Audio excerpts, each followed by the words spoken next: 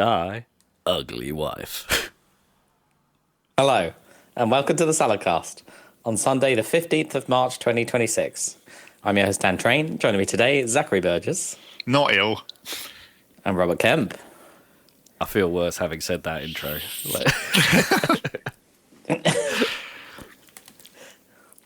Yeah, I is well ill. Or have been well Which ill. is why I'm also not in his presence. Yeah, I'm staying safely away for at least one more week. Is it definitely the kind of ill that's contagious? Well, we don't know. It has been sort of flu-y, but the assumption is with flu-y stuff that I guess it could have been maybe COVID. I don't know, but I didn't. Yeah, test. we don't really. Yeah, not so hot on those tests like we used to be. No. You have to buy them. It's Well, annoying. exactly. Yeah. Why would you? And they do go off, right? The tests, like Yeah, they don't last. How long do they last? Can you keep one in the cupboard or whatever? I think it's a reasonable amount of time. I think we Like had 6 months or something. Yeah, I think we had some from Gnome's work for quite a while. But yeah, I don't think we've got any anymore. Some of the nasal swab ones. Yeah. What? Are there any other ones? I don't know. just in case there were other ones. I don't know. Like, Yeah. Has the tech moved on already? Yeah. So I've been not had a very productive week. So not many video game playing for me. Not many Spoilers. Not many good word saying from me either. Apparently. But has that been the only random, the randomness of the random chance of catching COVID? Well, pretty much it kind of takes over. Yeah, it does. It rather does.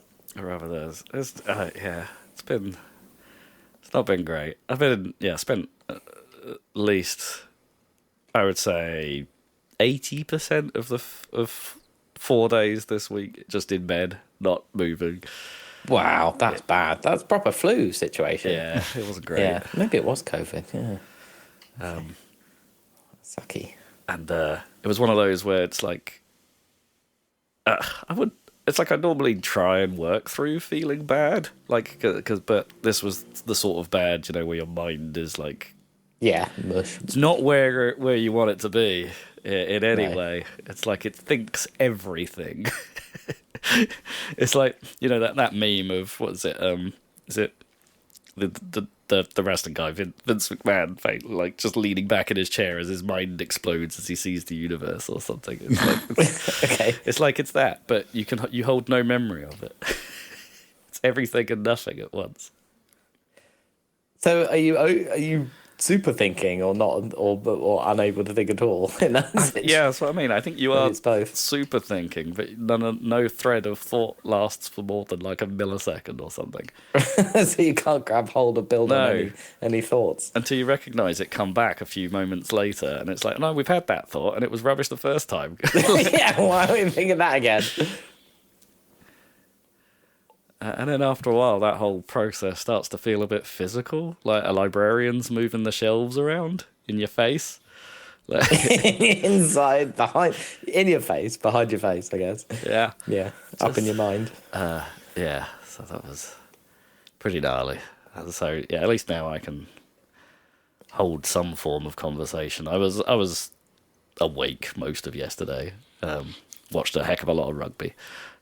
Is that the salve? Is a bit of sport on the sport A bit on of the rugby, TV? yeah. Yeah, a bit of rugby. I think it took me like a game and a half to get for my brain to accommodate what was going on. Like, To tune into the concept of rugby. Yeah. I struggled a little bit with the Scotland game, and then I wasn't planning on watching the Wales game, but that proved interesting. So it's like, well, I'll watch this too. And then by the time the England game came on, I was like, yeah, I'm up for this now. So I just watched all rugby yesterday. But I mean, that's a good... What else are you going to do? yeah. Well, I'll tell you what else I watched, because I did try and watch a few things with my eyes semi-open, as was probably the best way to watch this, because I watched the Death Note movie.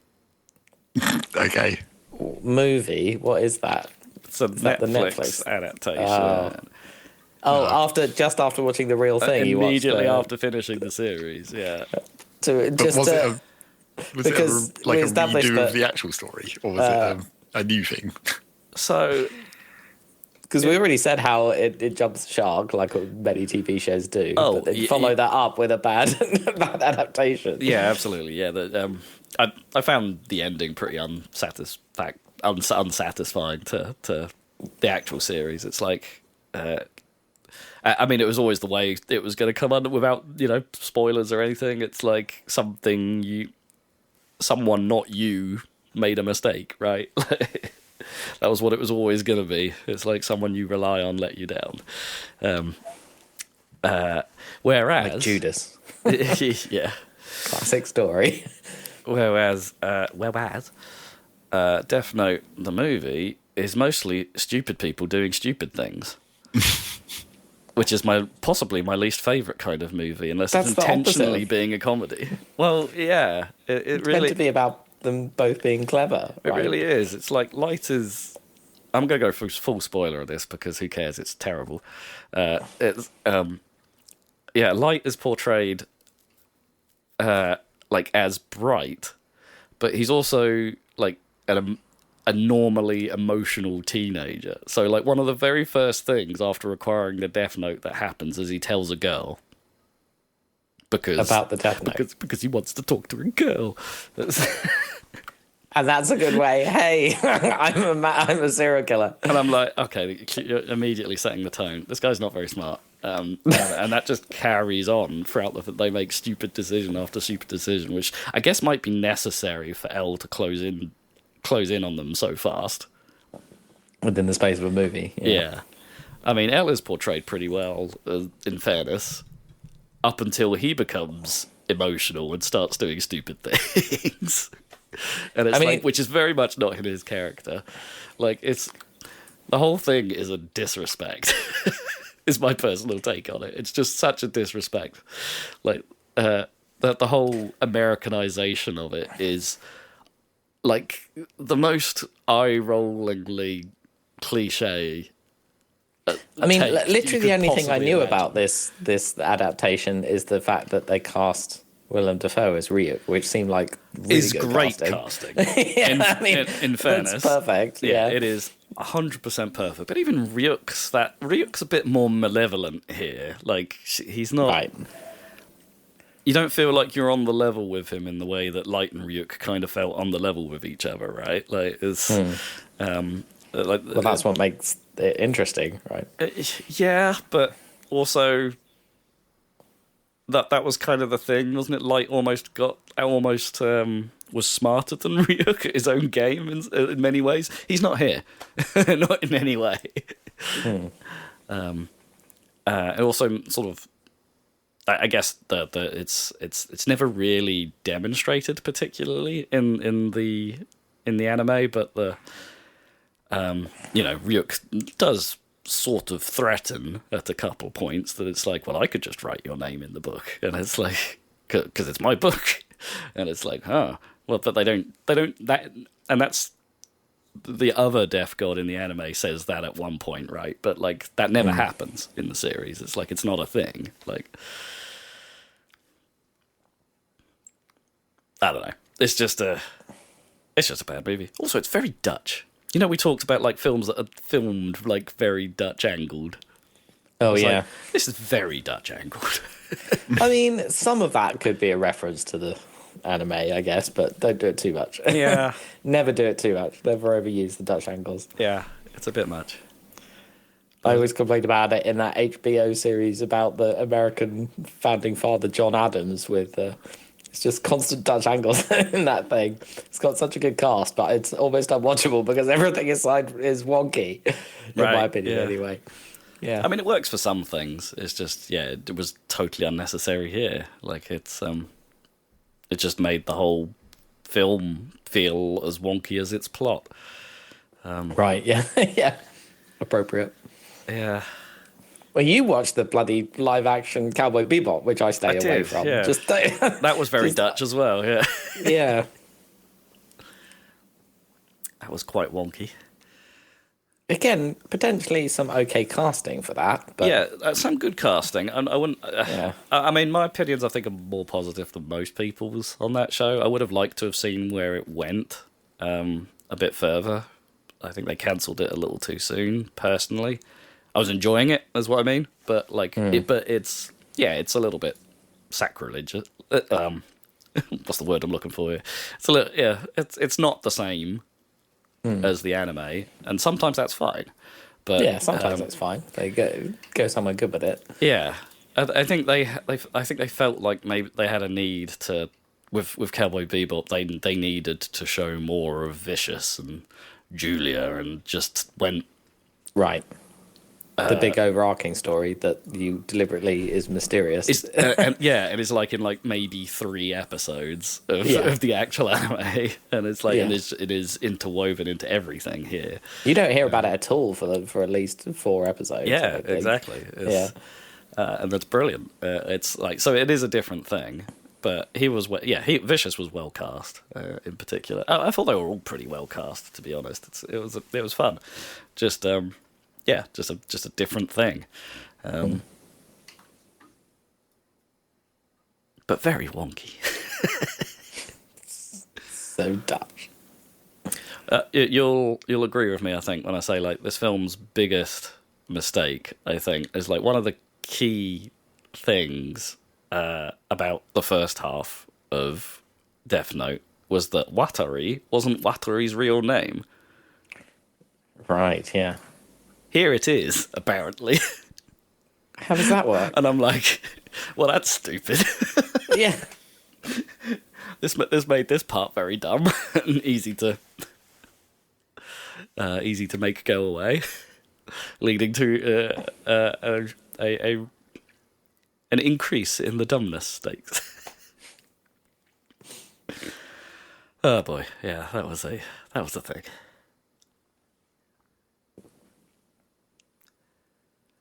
Live action anime corner. Yeah. Do you watch an anime these days, Zach? No, I can't be bothered to deal with downloads and shit or services. Yeah. Yeah, it's 'cause unless you get a Crunchyroll subscription, it's like it's Crunchyroll, pretty tricky. Well, yeah, I mean, I tend to watch most of my anime through Netflix, I guess, these days. Zach, does your house have Netflix? Like parents or whatever? I don't think so. I don't think we have any of them at the moment that I know of, anyway. Well, that's Yeah, I think we had Hulu at one point. Hulu. Is that even a thing in the UK? Yeah. Well, it was like you could, embedded in a special box or whatever. We had like a Roku or box? something, or like a Roku, I think. Hulu and a Roku. Hulu's like part of Disney Plus now, anyway. So you can get that stuff there. At least in the UK. I'm not sure if that's true anywhere else. Yeah. Yeah, it's like weird combinations of what things from the US streaming networks you get on which UK ones. And at this point, which ones have managed to buy each other? Well, yeah.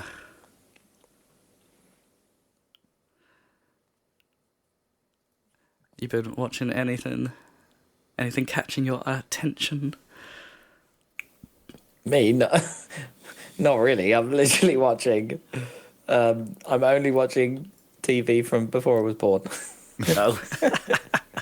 I watched Smiley's People again because I was like, and then I'm watching Civilization, which is this documentary from 1969, I think.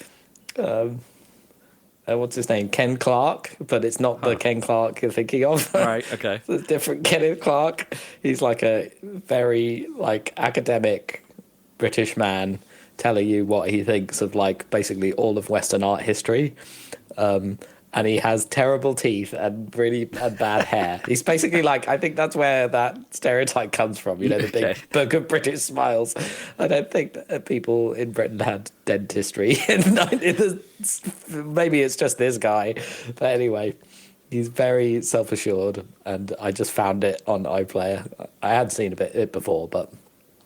So yeah, illuminating, I guess. Just looking at the Renaissance and...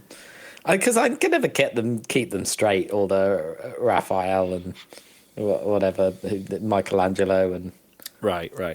All the turtles. Yeah, the turtles. I can't keep the turtles straight. Raphael wears red. Leonardo wears blue. I know Leonardo. Who did the Sistine Chapel ceiling? That's It's Michelangelo, is it? but yeah, that's my yeah. That's what it said. Yeah, before. That's Michelangelo. Yeah. He wears orange. Anyway, so yeah, it's Teenage Mutant Ninja Turtles related, I guess, learning about the Renaissance.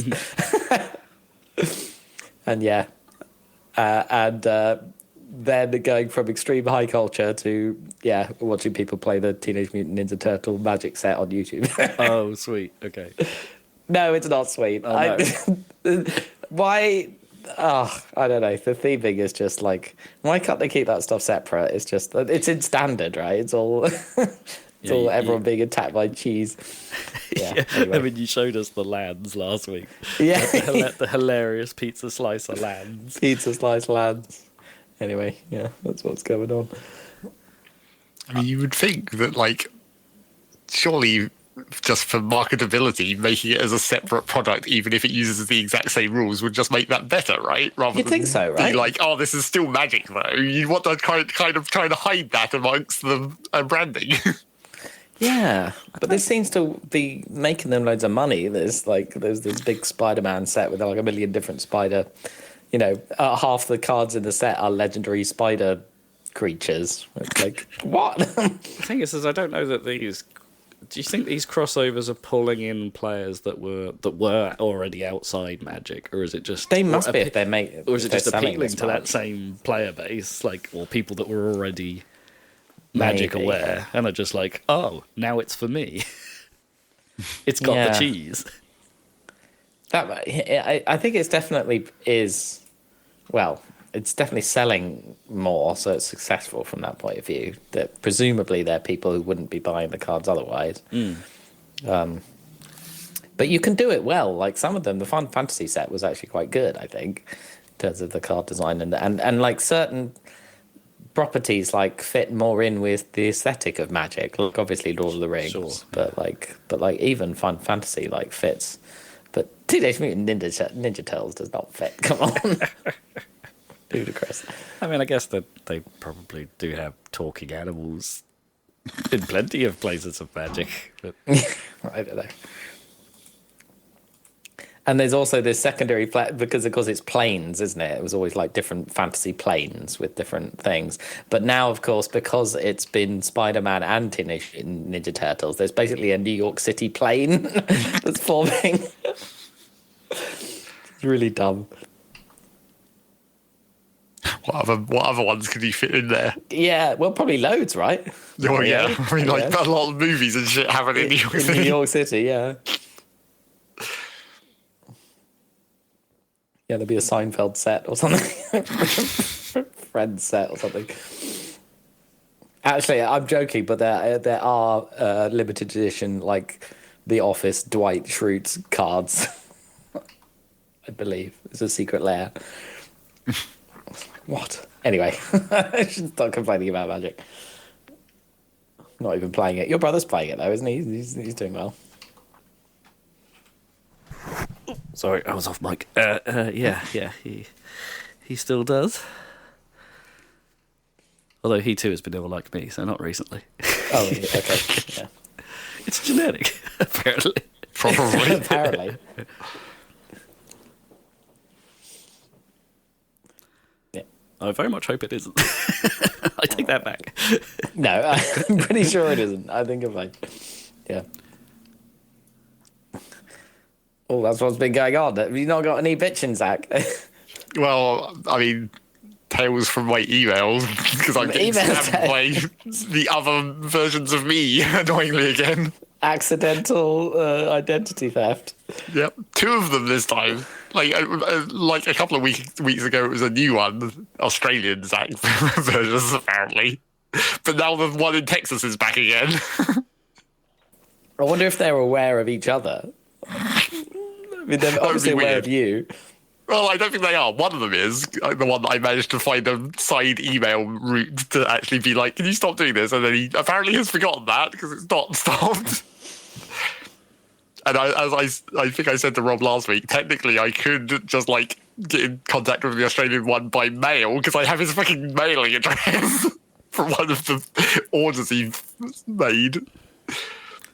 I could send them ridiculously intercontinental postage directly to his house. What, to tell him to stop doing this? Yeah, to tell him to stop fucking using my email. Dear sir. I mean, that might be quite fun. What would you put in there? It'd be pretty funny. Yeah. What is it about the Zachary Burgess that? Well, it's just because that email is just my name, and therefore it's like, you know.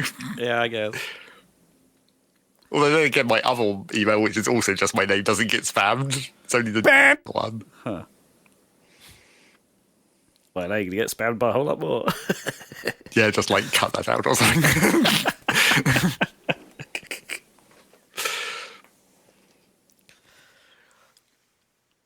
So moving on. I mean, that email is the less important one anyway. Which is why it can get spammed, and I don't really mind. I don't have to clear out the spam too much because it's just like nothing important ends up in there anyway. It's the comedy account now. You still have a Hotmail? Yes. Oh, well, I think I probably still have two. I have like 2 Hotmails and 2 Gmails. No, 3 Gmails. I feel like Hotmail is like retro and cool now. Yeah. I don't think I ever had one. I must have had something before Gmail, but I don't know what it was. Maybe I was just using the Happy Salad email address. I had a Talk21. Yes, you did. That still redirects, doesn't it? I mean, I think... Now you've said that email address on our podcast as well. Cut this whole section. Yeah, I think that... If that does still redirect, I'd be amazed. I'm pretty sure that service doesn't hold... You know, it was a BT service, right? So I'm not sure that... Yeah. I think they cancelled that a long time ago, but... Who knows? I should try. Sending myself a mail. Say hello.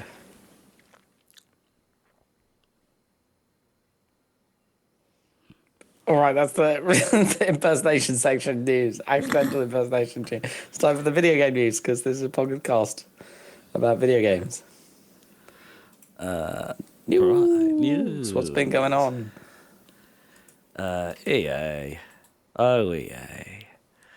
Who are EA owned by again? They got bought by the Gulf Saudis. states, didn't they? The Saudis. Okay. You're under attack, EA. What are you going to do? So, yeah, they decided to do what they always do in the face of a great success and fire a great deal of stuff from the teams that were working on the latest Battlefield. You know, the record-breaking one. The one that's doing so well. Well, there's some word that perhaps the drop-off has been quite quick. But ultimately, don't EA care about game sales more? I don't know how much of a tail, how many tail sales they've been getting out of it. I don't know, but anyway, it's in theory the most successful Battlefield, and still results in layoffs. So success continues to be no guarantee of anything. Thanks, EA. Yeah. Yeah. Oh dear. In vague news, Xbox Helix was announced. Ooh, yeah. Project Helix. This is vague, isn't it? But it's what we thought they would do, I guess. Yeah. Or at least before, they changed their management around and brought in AI lady. Well, I assume at this point it's too late to change the path of this ship too much. I guess they would have to cancel it and start again, but they're holding the course, it seems, for now. So, yeah, the idea is it will be essentially a PC, presumably running Windows 11, but with the Xbox front end experience and presumably some Xbox compatibility, because I don't think they'll want to let that go. To play both your Xbox and PC games, which Right. So the statement goes. So it's like, well, what exactly does this mean? Does this mean like you'd have to buy your PC games through the Xbox marketplace, or which place? It probably doesn't matter. Like if that's on the Xbox, it will run the Xbox version. Great, like it does today. But if it's like, oh, they only made a PC version, it's only on the PC Xbox store, then you get it. Then you can do that as well. It's like, okay, well that's all right. Sounds good. But what about other storefronts? What about Epic? What about Steam? Are the floodgates open? What does it mean? No answers, though. Nope, none at all. There's been some discussion that don't expect this thing to be cheap. I mean, nothing's going to be cheap. I mean, No. even the Switch 2 will be expensive at this rate. It's pretty much the story of everything right now. Don't expect it to be cheap, because it will probably have to be built like a PC in many regards in order to be able to run like a PC. I don't know. I think my confidence in them, the idea I think is good. Valve have already proved that, right? Well, but with the deck, I guess. yeah, but the execution of the ROG Ally X has left a lot to be desired, and so it's like, can they get that full screen Xbox experience layer, the lightweight Windows 11 mode sorted out in time for next year when they're still committing to releasing a console? I'm not so sure. And is next year really the right time to release a console with? Are they saying next year then? Yeah, they're still. I think they've been saying 2027. Well, maybe they didn't out. I might have to roll that back a bit. I'm pretty sure all of the behind the scenes has been saying 2027 for a long time. There's been similar chatter on PlayStation 6 to that effect as well over the years. That was the target date, which kind of falls exactly in line with the last life cycle, right? Xbox One to Xbox Series was 7 years. Although they tend to get longer over time, usually, right? Yeah, so they have done. I don't think anyone would particularly mind if they decided to delay a tiny bit. But I can't see the PS6 coming out next year. I mean, it could, but yeah, the problem is we're getting to the point where games are using the newer technologies of UE5, for instance. Yeah. On the console hardware, which isn't necessarily geared up to handle the features of UE5, and so you end up with something like High on Life 2, released recently, for instance, which is apparently quite a good game, but image quality on the consoles, maybe a little bit on the low side, because it's having to use quite a low internal resolution to deliver those effects. To get to those effects, yeah. So, we've gone from the 4K generation back down to 720p generation. It's not necessarily desirable to keep these consoles around if everyone's going to be moving to the new engines, which I guess they're forced to do. I don't actually know. If I wanted to go and build an Unreal 4 game now, I think you can. Yeah, but I mean, you wouldn't, because it's meant to be scalable, right? That's meant to be the idea of sure Unreal Engine 5 or whatever. But I mean, you could just turn all the new stuff off and use the old stuff. If that's a thing you may do.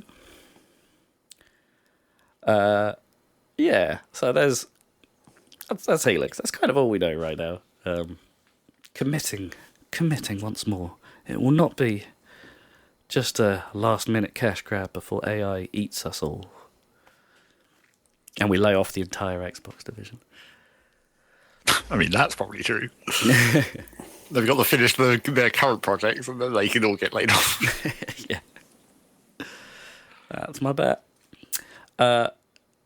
Speaking of layoffs, but not quite in the same way, Highguard is gone. Lol.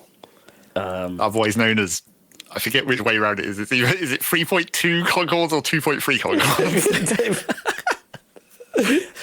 That's like when they measure Trump administration people by Scaramucci's, right? Yes. Like Liz Truss was like 2.5 mooches. I was listening to something the other day, and I had it pointed out to me. Well, not to me directly. It was on a podcast I was listening to. That High Guard is literally a synonym of Overwatch. Yes. That really didn't occur to me. Yeah. That's pretty funny. Yeah, that got shut down on March 12th.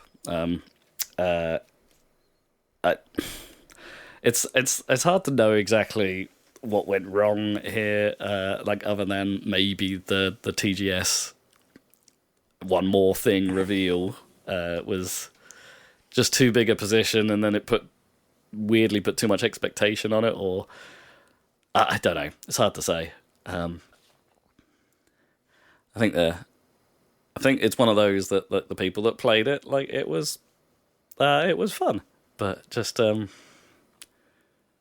didn't catch for whatever reason. Just like Concord. All right, that's the end. Yeah. My God. Sorry, you guys.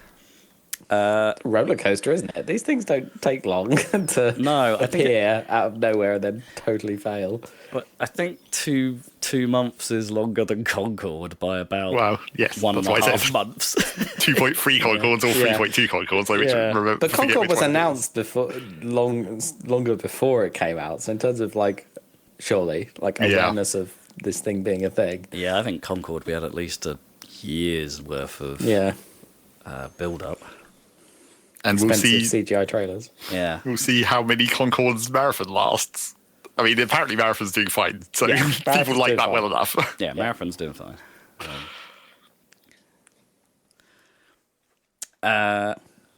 Jason Schreier of Bloomberg is reporting that Sony are no longer going to bring their first-party games to PC. Right, because Xbox is going to make a PC, I guess. Do you think that's it's that way around? Yeah. Well, it's probably because of Steam Machine, but yeah, I don't know. Yeah, it's interesting. I mean, I guess the logic would only be that it's like, hey, the financials, how much we made out of doing the work just wasn't enough. I find it hard to believe. I find it hard to believe that they didn't make profit in some form. No, I'm sure they did. They have other reasons. Yeah. Console exclusives was always a thing, and it's like, I get that the modern world, obviously it's convenient for gamers to not have the exclusivity and everything, and in theory you reach a bigger audience with your massively expensive game to develop or whatever, but in practice it still works, that exclusivity thing, right? Yeah, it definitely does. It always did work. It still works today. It's like, why would I if that wasn't the thing, why would I own a Switch? Like, honestly, it's like I don't really use them portably that much, so that's pretty much the definition of it, right? Yeah. Just to play those exclusives, man. But no one's got as many exclusives as Nintendo, right? Well, even PlayStation. Yeah, Nintendo, because Xbox, Microsoft, that's well-known part of their downfall over the last decade, shall we say, is just their inability to hold strong first-party titles together. Yeah. To the point where they clearly gave up. Like, I still think Phil Spencer was asked, it's like, hey, the Division needs to make more money, and he was like, fuck it, just give it to everyone. Do you think if Starfield had actually been the next Skyrim, that would have actually saved Xbox or something? I mean, maybe, yeah. If it had hit like that had hit. But I guess it wouldn't have done because you had to have had an Xbox. You would have had to have had an Xbox, yeah. And it also wasn't that good. So, which was that's the main problem. Yeah, that's the main problem. It's coming out on PlayStation soon, I think. Goody. It's a bit of a shame. So I think this Ghost of Yotei is notably the title. I think the first of their exclusives line that's not going to hit PC. You see what I mean? They sort of worked up to that point.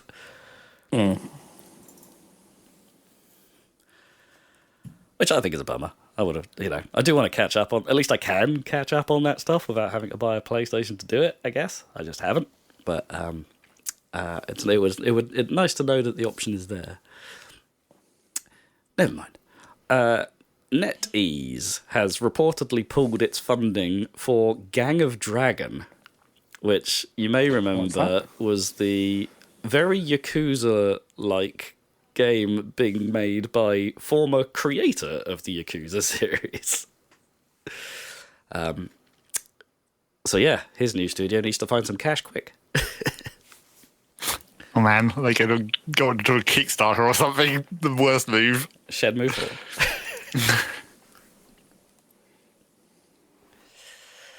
Yeah, nobody really knows what's happening there. It's all a bit reportedly at this point, but yeah, hopefully this.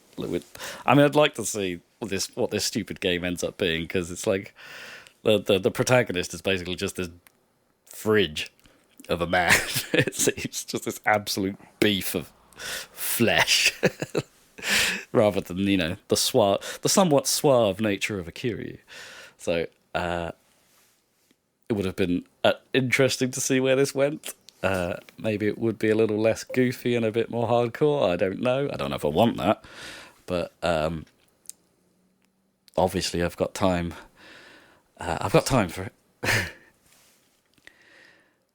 Hopefully it's alright.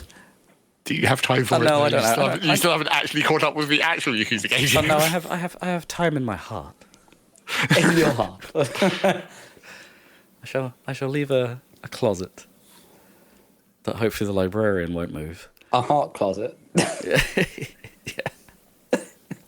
Oh no! Oh, sorry. I thought the librarian's in your mind, right? Oh yeah. The closet's in your heart. Well, no. Who's managing my heart? I don't know.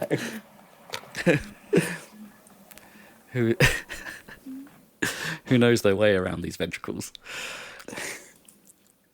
Nintendo. Is your mind librarian like the one in the Jedi Temple or whatever? Where the books are made of blue light or whatever. Oh yeah. Remember that lady? Who's immediately like, if there's a single piece of knowledge in the universe that is not in my library, then it's wrong. Clearly you want the Discworld librarian who's just a orangutan. yeah, that's what you want. That's much better. Yeah, I now need to go see a man about managing my heart, I think. Your heart closet. Heart closet, yeah. You need Andy in the broom closet. That's it. We'll sort it out. Nintendo is suing the US government over the tariffs that were deemed illegal by the Supreme Court. Which is at least finally Nintendo suing someone who deserves it, I guess. Yeah. Not wasting any time. Just Supreme Court goes, yep, these things were illegal. Nintendo goes, right. Let's do our thing. I mean, it definitely did screw Nintendo in particular with the timing with the Switch 2 launch. Absolutely, yeah. Yeah, because the price wasn't revealed for quite a while, right? Because they were just like, we don't know. Yeah. So that's happening. In other legal news, Valve is getting sued by the Performing Rights Society, which, if you're not aware, in the UK, they're kind of the royalties management organisation for musicians in the UK. They're being sued by PRS for not having a license to use PRS as members' music on what I'm very confused by, on content on their platform. And it's like, well, hang on, don't Valve just host other people's games? Surely it's on the creators to get music they use in their products correctly licensed, not Valve. I mean, or this should be the textbook US law 230 or whatever it's called, that the rule about how you can't sue YouTube for what people post on YouTube. Right, yeah. The the only argument I've potentially seen is like it's because Valve hosts the. Well, but this is the similar problem, right? It's like because Valve hosts the trailers for the games, which may have some of this licensed music in it. I mean, the only way I could see that like making sense would be if Valve like cut together a trailer of trailers for like one of their sales or whatever. Like if they took the things that the other people have made and then made it into something themselves. Yeah, like a supercut or something, or. Yeah, but yes, possible. It just sounds like the exact thing that you're not allowed to sue people for. Yeah, or maybe you are in the UK. Like maybe. Well, yeah, but then it's not. That's not going to because it's a US company. So yeah, exactly. Doesn't matter what our laws are at that point. Apparently, I'm not sure that that's strictly true. I think it's these still have to do business by the rules of the countries you're doing business in. Sure. I mean, that's the same as like the whole gambling loot box situation where it's like maybe Valve will just turn off trailers for the UK. If you're not allowed to have licensed music in these trailers, and some people are uploading licensed music in the trailers, then you're just not allowed to see trailers on Steam. I mean, that's the sort of thing that they could do, right? Yes. That wouldn't be too weird. Well, it would be pretty weird. It's quite weird these days on Reddit how like everyone, back when Reddit in like 2008 or something was like, we need somewhere to put images, and then that Imgur thing came along or whatever. Yeah. Now everyone on Reddit but uses Imgur by default. I think it got bought by Reddit at some point or something. Anyway, but now they just can't be bothered to deal with the UK age restriction legislation. So now every single Imgur link is just broken in the UK. Yeah, it's really annoying. Super annoying. Fantastic.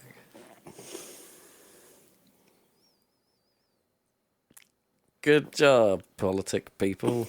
We were talking about Netflix and video providers and things like that earlier. Possibly the worst one, Amazon Prime Video in the US is about to get worse. There was already some. Is that possible? There was already some controversy over the fact they added the like for a service you pay for, it has ads, and you had to pay more to have the ad-free version, which possibly not too unlike Sky if you think about it, but they're changing that ad-free tier to the ultra tier, which will cost you 40% more, and they will start to lock 4K behind that extra tier.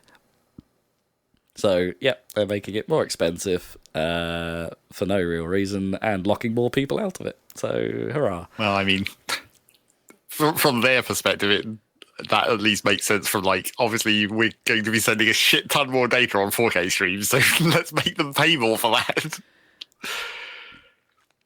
Like, I don't know if, like, has the cost of bandwidth really gone up? Do you know what I mean? Like, presumably they are also storing these files, not that because it's all Amazon stuff, but like... Right, because there's a similar story here, like, from Fortnite as well, right, who has a pretty hilarious way of wording this. They say that their running costs are going up, quote, a lot. So as a result, they have increased the price of V-Bucks. And it's like, I was wondering if the like RAM shortage is starting to have a knock-on effect on cloud hosting. Data centers, yeah. Like normal data centers that aren't AI data centers just can't exist any longer. So they're like, oh shit, we're running out of parts. Therefore, we're becoming an expensive commodity. We're just not as available as we once were. So yeah, I suspect that's what's going on. Kind of the galling part is that Amazon kind of is the cloud infrastructure. Yeah, they basically are it. Yeah. So, and which hasn't changed, by the way. I think Microsoft actually did quite well to get Azure up and running with a decent chunk of the market or whatever as an alternative. But like, it's amazing how dominant like Amazon Web Services is in the cloud. It's really like, the only real big options are them, Microsoft and Google. But like, Google's way freaking behind. It's weird. Yeah, they were right from the start as well. Yeah, they missed a trick. Yeah. And that's all I've got for news.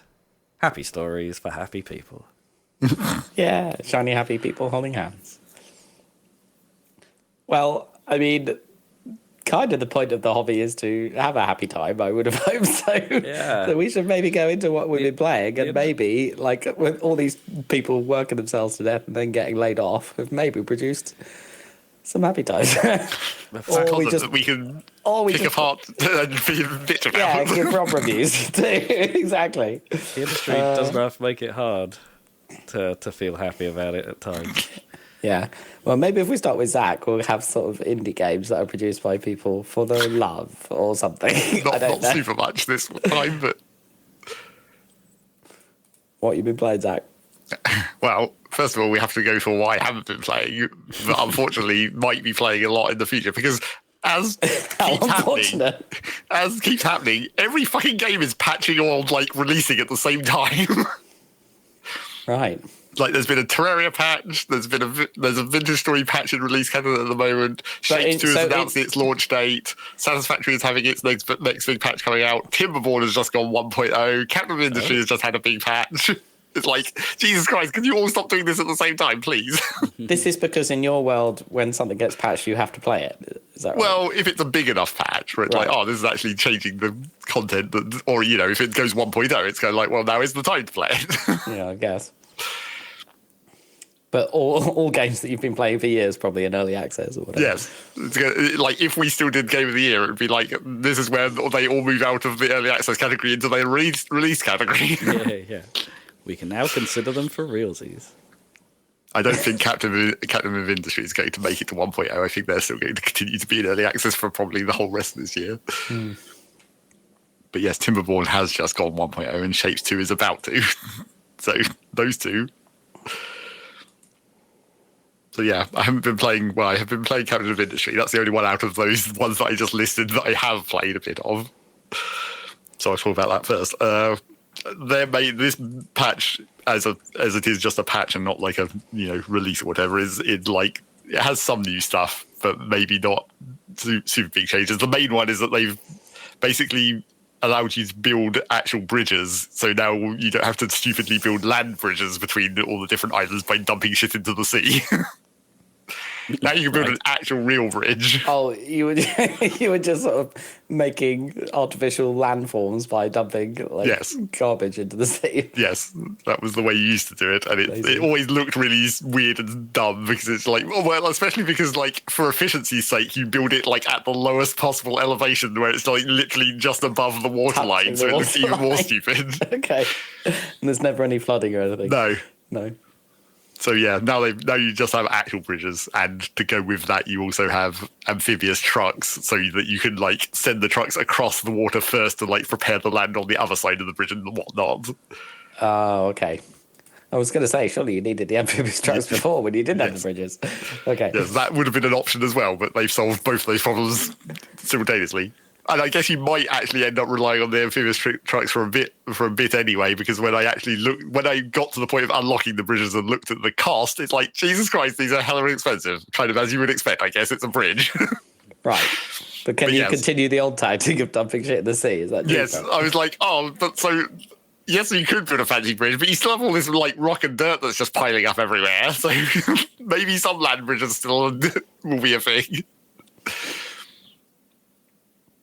But yeah, I played some of that, but only far enough to get to the bridges to see what they look like. And it operates on the same system as the railway, like the way you draw them into the world basically has the same curvature limits and all that kind of stuff to keep it reasonably realistic. And it does have a fairly nice system where, like, when you build the bridge deck, you can basically like choose what's in each lane of the bridge. So you could have like just a pure rail bridge, or you could have a half road, half rail bridge, and that kind of stuff. Oh, that's quite nice. Or can you have it so the road deck is above the rail deck, or cool? No, like unfortunately, it's just like two parallel lanes, and you can choose up to 4 different things to put in those lanes. I feel like you don't get that in the UK, but it's so cool in America. No, yeah, right, in America. I mean, the Severn Bridge has that, right? That one's double decker. Is it? Is it? I think so. Yeah. Or is that one of the other bridges that the Severn Bridge was meant to replace? I seem to remember there was one that was like that in that vicinity, somewhere in Scotland. Severn's in Wales. No, I mean, yeah, that's not the one I was thinking Do you of. mean I was the thinking of the fourth? other one. Yeah, possibly the fourth. But that's even that one that got they replaced the road bridge in there, but it's still only a road bridge. Even the new one, the rail bridge is still the Victorian one. Yeah, they kept it, didn't they? Which is cool. Yeah, so there's like 3 of them now. Yeah. But yeah, that's the bridge situation. Not too much else going on. I mean, to go with the fact that they had to, because they want to have the islands be more important now, they also had to redo like boat pathfinding, because the way that boats previously used to work was just like it would project a straight line from the dock to the edge of the map, and providing that wasn't obstructed, then that would work. But now the boats can actually pathfind, so they can actually navigate the waterways and like go under the bridges and stuff. Making the islands more viable to put the docks wherever you want, instead of only around the edges that face the outside of the map. So if you want to dump a bunch of rock and shit into the ocean, you can make like proper dockyard areas and stuff. If you want to be fancy. Listen to Zach. Dump shit in the ocean. If you want to be a captain of industry, Yep. you want to dump shit in the ocean. Otherwise, you just be a lieutenant of industry or something. Yeah. A librarian of mines. My librarian, yeah. It's not in the records. It does not exist. And then what else did I play? Well, I was having a period of massive indecision, so I just ended up playing a bunch more of that Breath of the Wild save again. The using the phone app save, which I'm now like basically 2/3 clear on the map. Wow. So I've pretty much only got the desert mountains, and Central Hyrule still to go. Like everywhere else, I've cleared everything on. Holy crap. I mean, And it's almost more holy crap that this is probably the what, 5th time you've done this at this point. It's probably Just- only like just now with the third first. or fourth, really. Yeah, that's still pretty ridiculous. But yeah, I was about to start clearing Central Hyrule, but then I was like, but Central Hyrule is where all the Guardians are, so I better go do the Trials of the Sword first so I can upgrade the Master Sword, because obviously you want that to fight the Guardians. So yeah, I went and I've done the first 2 parts of the Trials of the Sword, and I'm probably going to start doing the 3rd once I remember to go and upgrade Stasis, because I haven't done that yet. Need the actual stasis that can freeze enemies. Not that that's super useful, but you know, you need every weapon in your toolkit to manage the sword trials. Not that I'm playing on hard or anything; it's still only a regular save, so I had no problems getting through the first 2 sword trials. But yeah, the other thing that's kind of funny about this save, apart from obviously using the app to go point to point on everything. Oh, and another thing about the app that I previously said that I'd fought a Lionel that wasn't on the map, but that was because I had the map icon set to not show things you've already done. But I think the defeating specific enemies, I think it remembers that for like all saves instead of the one that you're currently on. So like that icon wasn't on the map because it was defeated on my main save, I guess. That's super weird. Yeah, and it also I think it just kind of breaks the app as well, because it thinks that I've killed like 70. The tracker says like you've killed 75% of the Lionels, but there's like no more Lionel icons on the map because it thinks I've killed them all already. But like from my other save, so it's like I don't know if I have to go and kill ones that I still haven't in this save to get that 75% to go up, or if I have to go to my original save and kill them there to finish off ones that I missed in that save to get the 75% to go up. Oh, So I it's see, kind of- because It's kind of broken. yeah. Maybe they didn't expect people to play it more than once. Yeah, it's kind of jank. But yeah, the other thing that's funny about this save is because I've been very precise in avoiding interacting with the Yiga clan at all, which means I've never had any of the annoying Yiga clans spawning this whole time. Which is just like, this is the way to play this game. Just like make sure you never interact with the Yiga clan at all, and then you can clear like nearly the entire map apart from the desert without ever having to be annoyed by them constantly showing up. Just regular skeletons, which are still really annoying.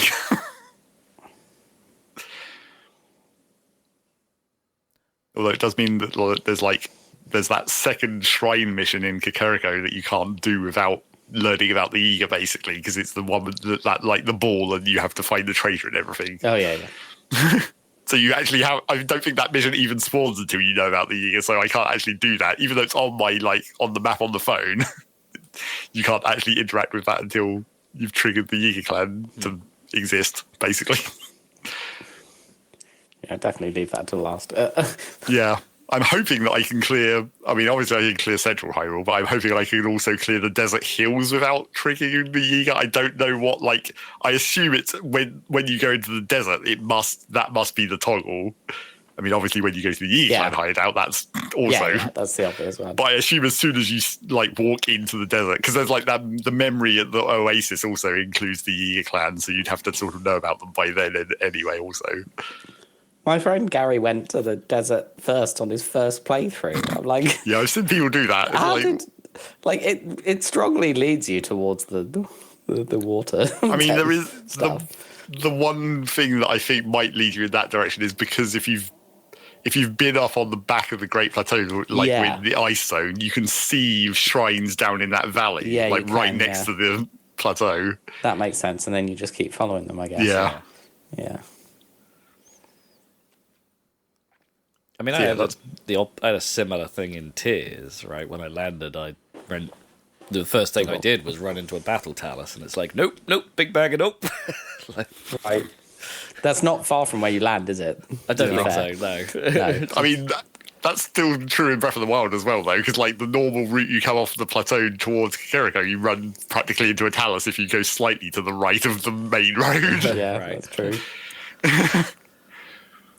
I think I ended up climbing that mountain, the Dueling Peaks one or whatever. Right. The talus halfway up on the left-hand one. Oh, yeah. Yeah. And if you go too far left, you get a Guardian as well. Yeah.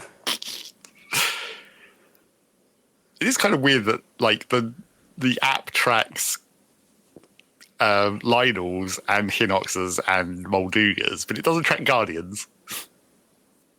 You'd think that was, kind of a big enemy, relatively speaking. The thing I did famously on my first run through of Breath of the Wild was go which way is it? East, I guess, which is the way you're meant to go, right, through the Jubilee Peaks, and then just keep going, and then eventually reach Hatino, and then go down to the beach, and then see a shrine on a island halfway into the bay. Yeah. Going as far east as possible, almost, apart from the what's it called, the island, the Challenge Island. Yes. But that shrine has a major test of strength. And at that point, it doesn't matter if you dodge every attack, you will just break every single weapon you have on it, and it won't even dent it, basically. So there's actually no way to win. Punch it. You can't, can you? Punch it with your hair. You can't. You literally do have no way to damage it, right? Yeah. Well, I mean, you could throw bombs at it forever, I guess. Yeah, I guess. Shitty unupgraded bombs as well. Minimum damage. Well, I guess if you've gone through Hateno, you might have already got the bomb upgrade, even at that point. Yeah, I don't think I did. I think I accidentally made a beeline for the major test of strength. So yeah, that's Breath of the Wild. And I've, got not actually that many more voice logs in all this time. It's it gets kind of sparse, especially in Hebra. There's basically very few voice logs up there. Although I did get the one that I was waiting for, the one where it talks about the giant hole that's carved through the Hebra Peak mountain. Because I was like, is this going to reveal any lore about this hole? But it's just going to be this hole appears to come from the direction of Hyrule Castle. It's I knew that already, because I'd already looked at this hole. I always wish, in both games, I wish that Hebra had slightly less oppressive vibes, because it's cool, in the mountains with all the snow and everything. But I think maybe it's just the music. Yeah, you've talked about this before. Where it's just that hee-oh. Yeah. It's not. Yeah, that doesn't feel like a good place to hang out, which is kind of a shame. And it's also, I guess, one of the more stronger music lines, if you know what I mean, compared to the rest of the game. It's one of the more consistent actual bits of music rather than just the subtle bedding that you get everywhere else. Yeah. The little stems of piano music you get in the field, yeah. But where else are you going to shield surf? I mean, the reason it's a constant bed of music is to warn you that you need the Yeah, but the clothing desert or doesn't whatever. have a daytime music, though. No, that's the true. thing. It has the same cold music at night as well.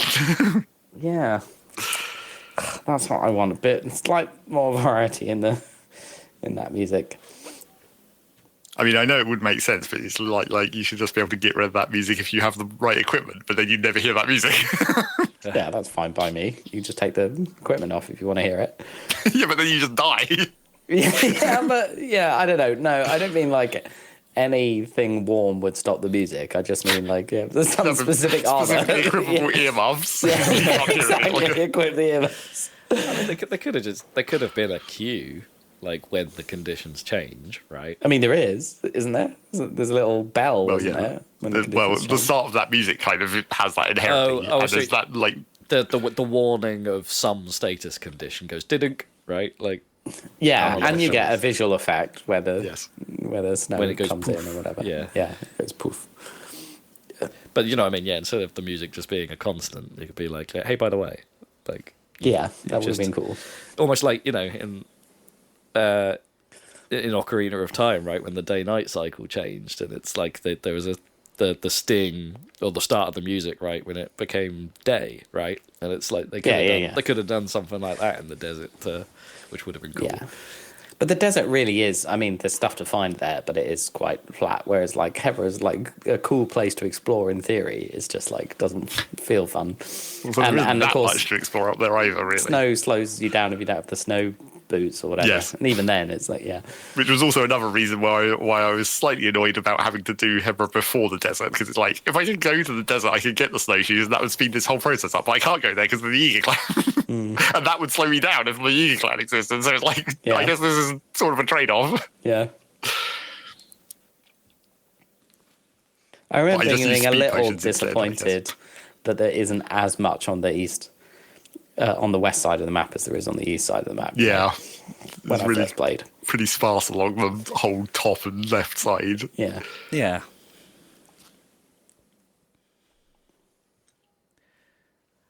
Got bored, kind of wandered off.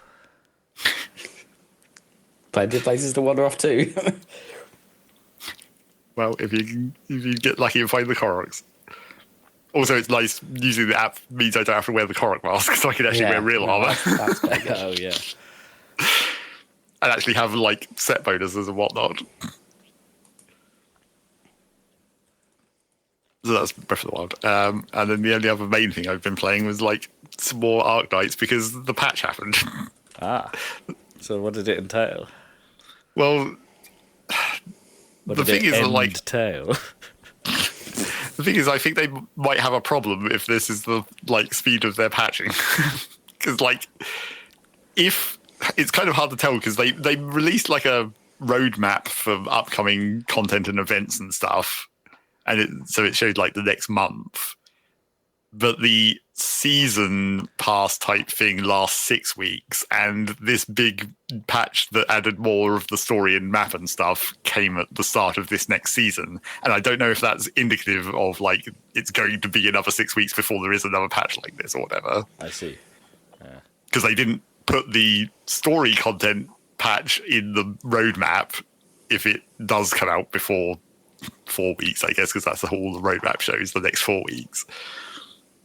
But yeah, if it is 6 weeks for like the actual, you know, content, like the map content, but they're still putting out a character every 2 weeks, there's kind of a problem with that. Obviously, the characters are how they make money, but what are you going to do with the characters if there's no content? That is kind of the problem. You release enough characters until they become a completely separate second story. Yeah, but then you have to do twice as much work. And apparently they've this big patch that released is like updated the second map with a new chunk of that map. And in the first map there was basically 5 chunks of it. And now the second map is up to 3 chunks. And it's looking like there are probably going to be about 2 more. So it's just like, we're not even going to get down to the second map for like another 12 weeks. So yeah, I don't know right. about this update schedule. So it's only 3 months away.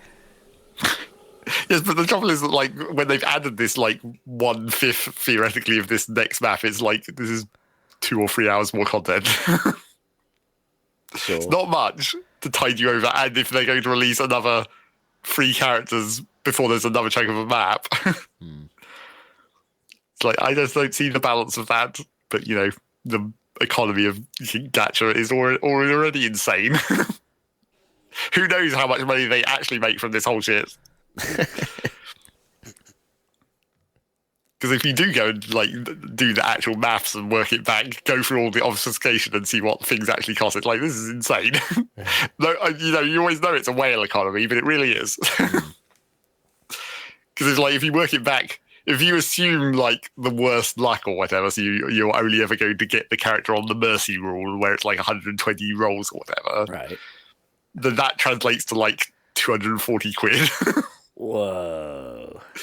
And that's only to get the character once, and remember you have to get the character like 5 more times after that if you want to actually max them out. Right, yeah.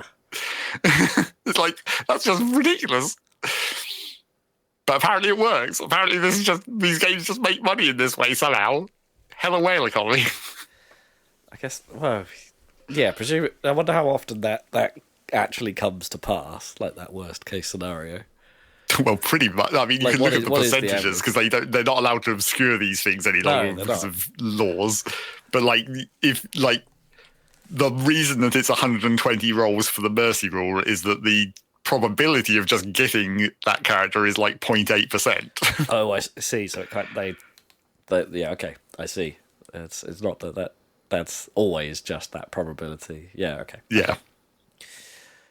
At least they put the mercy rule in at a fair point then, I suppose. Well, yeah. By their own, by their stated figures at least. Yes. But yeah, it does seem kind of insane once you actually look at the maths. But apparently, somehow this does still make money from several of these games. Ugh. Wait, so that to makes exist. So what makes it like £2 for like one for a Yes, roll? for one roll. Yes, oh, jeez. Which is insane if you look at it like that. Yeah. When you're like 98% chance just going to get one of the shitty 4-star characters that you've already had a million of just from the free like rolls. Yeah. Holy crap.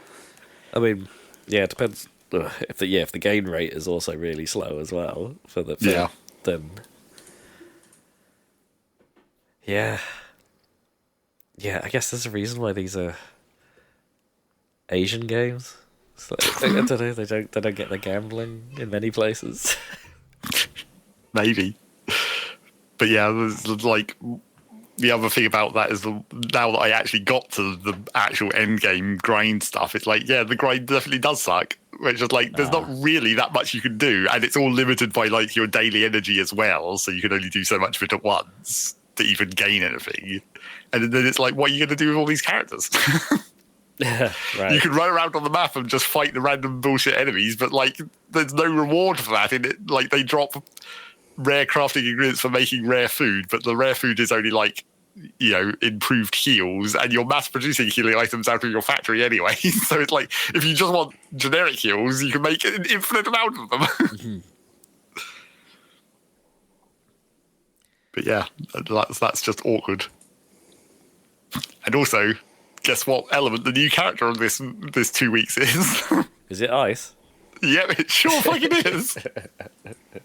Somehow, not only is it ice, it's actually also ice and they use guns, which is exactly the same as the previous character. Okay. Not that the guns really matter. Like the actual weapon that the characters use is pretty much irrelevant. It's only like it just changes whether you're standing at melee distance or range distance, I guess. It's obviously the skills that matter. Also, this character is this new character. I don't actually have it. I've only done like the preview that they do, where it's like, test this character out for a couple of minutes and see if you want to spend money on it or whatever. But like the character and this whole second map area, I guess, is because she's basically the leader of this bandit camp that I talked about last time, and the whole area is kind of water themed, basically. But water isn't an element, so they're just like, it's ice. Okay. So like all her moves are watery in like whirlpools and stuff, but like it still just does ice effects. Ice element, yeah. Which is like, it should have been nature. They should have made her a nature character, because that would work too. Because when you trigger the ice, it turns into solidification, so they freeze. But when you trigger nature, it turns into corrosion, and that would work with water. They could have made it nature. Sure. Yeah, okay, I can see that to a degree. There wouldn't be corrosion. They'd have to call it erosion. Well, it's called corrosion. That's the effect. Makes about as much sense as water freezing people. But yeah, that's the new character for this 2 weeks, and then they've already shown what the character after that was, because that was a character that you'd already met previously in the story, who was like, I want to work for you, and then at that point in the story, you're like, no, maybe hold off on that. It's like, well, apparently she's coming back. She is going to become an actual character, and that character is not elemented, which means they're basically a melee character. They probably do vulnerability, the non-elemental status effect. But the theming of that character looks like it might also have, because every character has a tiny amount, nearly all the characters have a tiny amount of elemental, even if they are melee. So I'm thinking that if she does have any elemental, it'll probably be a fire. I'm struggling to grasp here. It's like, what's the actual gain to engaging with the gacha mechanics, to buying stuff in the game, if, like it's a way of getting numbers higher. I get that, but are you getting more game from your purchases? That's what I'm saying about it doesn't seem like these characters are going to be worth much if there's not anything to do with them. Yeah. If it takes this long to put out the new map segments, and the repeatable stuff that you can grind isn't really, you can't do much of it, and it's not very worth it either. And it doesn't give you progress in any way towards those. It doesn't level up those characters in any way. Or... it does in theory, but the amount of combat XP you get is so minuscule that it's basically irrelevant. Weird. It's I feel like they need, because even the stuff that you can do with the daily energy, where it's the combat challenges, basically, it's basically just a single room with 2 waves of enemies in, and it's just it's not. There's nothing particularly advanced about it. I mean, they do have, each of these different combat rooms have a different buff or whatever, or debuff. Where it's this one, the enemies have health regen, and this one, your skill points regenerate slower, so you have to use the characters that can generate skill points themselves or whatever. So it does marginally mean you have to use different teams between these different rooms. But once you've made one team to do it, it's you're just going to use that team every time. Yeah. So I don't know. We'll see about. Well, I guess we won't. We won't really see, because they obviously, probably you'll never know about any of the business side of this until it just randomly shuts down one day. That. Yeah. And season 3 will never arrive. Or maybe some kind of maybe you can infer it if they do some kind of balance patch where it's just suddenly things get more less expensive or something, or they give you more free stuff or whatever. Yeah. Maybe there's some writing on that wall. There was a tiny amount of that in this patch where it's just I forget what it was. It's something to do with when you get duplicate characters. It was previously when you get duplicate characters, you can trade in. Once you've upgraded the duplicate characters 5 times or whatever to max them out, you can then trade in any subsequent duplicates for another currency. And I think they increased the amount of that you get slightly. So they were everyone just gets a little bonus in their email because we've adjusted the numbers. So for the numbers that you've already done that, you get a little bit more. Oh, okay. They backfilled it. Yeah, and that's what I would expect to see if there is a major change to the economy. You'll see things like that. But so far, not much. So we'll see. Can't say I understand. No. The economics of gacha games are weird. I appreciate you learning for the betterment of humankind. Well, that is what this whole game is about, kind of. Build those factories. Yeah. What a noble endeavour. End administrator. Yep. Lol. Yep. And that was kind of all I played. I played a tiny bit of Open Transport Tycoon still. Did a little bit more of that, but I think I'm done. I think I'm done with that. You're done. It did not sufficiently ingrain itself with the modern industry roots and whatnot. But it doesn't matter because, as I said, there's a whole bunch of other shit I need to play now. Apparently, all these goddamn patches. Patch I season. probably will be playing Timberborn again. Yeah, check out that 1.0 goodness. Yeah, I mean, I saw the update video for it and stuff, and they've basically added automation somehow with beavers, where you can have various sensors that can trigger stuff. Are they their eyes? You would think so, but it's just like these weird, like little streetlight looking towers where the light illuminates when the trigger happens or whatever. But then they can just somehow activate other devices. Beaver vision. It's not as mechanical as I would hope it would be. I mean, maybe it makes sense for the gearbox one where it's directly attached to the power shaft, and therefore when the trigger happens, it disconnects the power shaft. It's like that kind of makes sense. But then when it's like opening and closing the dams or whatever, but it's just like it just does it somehow. There's no mechanical connection between those two things really. Although it would be probably too hardcore for that game to actually make the dam gates and stuff require actual mechanical power to operate. That would be kind of difficult to manage.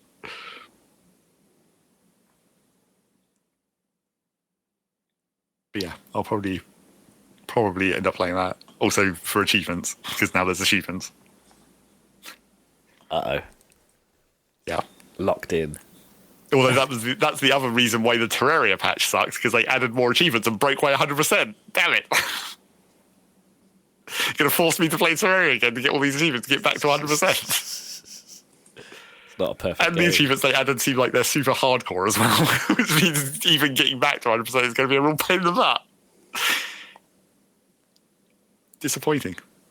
And Shapes 2 have already announced that when they go 1.0, they'll have achievements as well. Oh no, even more achievements. Shapes. So that's that. That's all the future things that I'm going to be playing. And, you know, maybe I'll have to even fucking play Popetopia, because apparently everyone loves it. Yeah. What do you call it? Popetopia? That's what I call it, Popetopia. Full of popes. There's a bit of news I didn't mention, but I'm just going to mention it now. Pikmon. Oh, yeah, we talked about that very briefly before. Oh, did we? Oh, okay. I think so, yeah. The not strictly a Pokemon ripoff. It looks more like a Power World ripoff, except the Pokemon in it are very much more like Pokemon. Yeah, it's directly ripping off. If you like, some of the art is directly ripping off Power World, but then they've changed the powers back towards looking more like Pokemon. Yeah. It's like, this is just real weird. There's just straight up a Pikachu. It's not even There's clearly a Electric Charizard mouse as well. situation. Just like, Dragon. Yeah. a Lapras type thing as well. Like, yeah, it's so much closer to litigious. so we'll see if they get sued, or whether this is some kind of weird distraction move, where it's like, maybe we can stop Nintendo from suing Power World by creating an even more suable target. The thing, oh man, I need to look. I didn't write down who this was made by, because it's like Power World is made by Pocket Pair, right? I think this is made by a company called Pocket Game. It's even ripping off Power World's studio name, something like that. Anyway, I just thought it was funny. Yeah. Also, Pikmon. Yep. That's what they should have called the Minecraft mod that rips off Pokemon. Or, well, it doesn't really rip off Pokemon, it just makes Pokemon in Minecraft. Pikmon. But that's called Cobblemon. Oh, I think I prefer Cobblemon. That's pretty cool. Cobblemon. Gotta cob them all.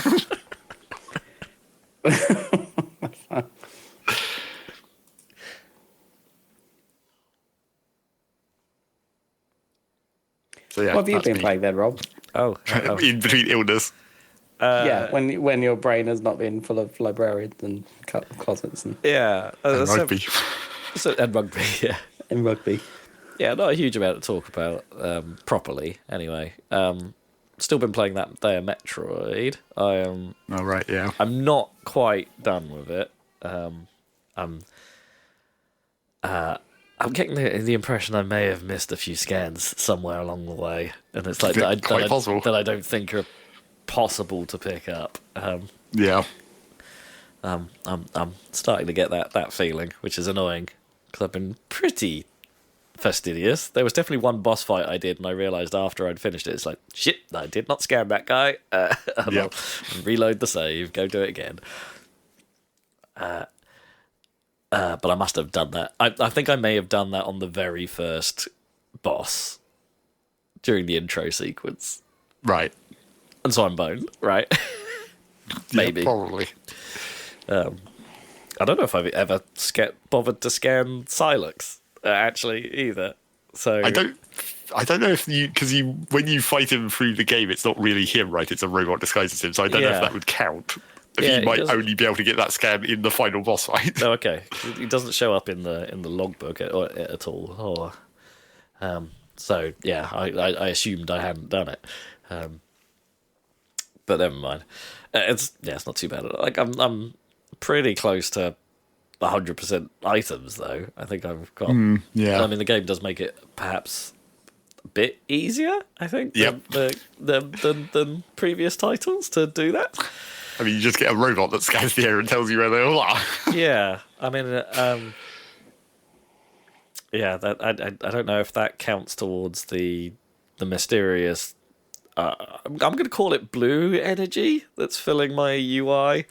I don't know if it counts towards that as well in some way, but that's something I'm it's not super clear on. It's like I thought I was being pretty good at like mopping up all green energy as I found it out in the desert, and then you eventually unlock a like, oh, by the way, here's a scanner that will start highlighting stuff on the local radar where all the green energy is, and it's like, oh, there's still loads. Well, I mean, it spawns over time, of course. Like every time you go back to the desert, it basically increments further in towards the middle. Essentially, the ring of green energy stuff.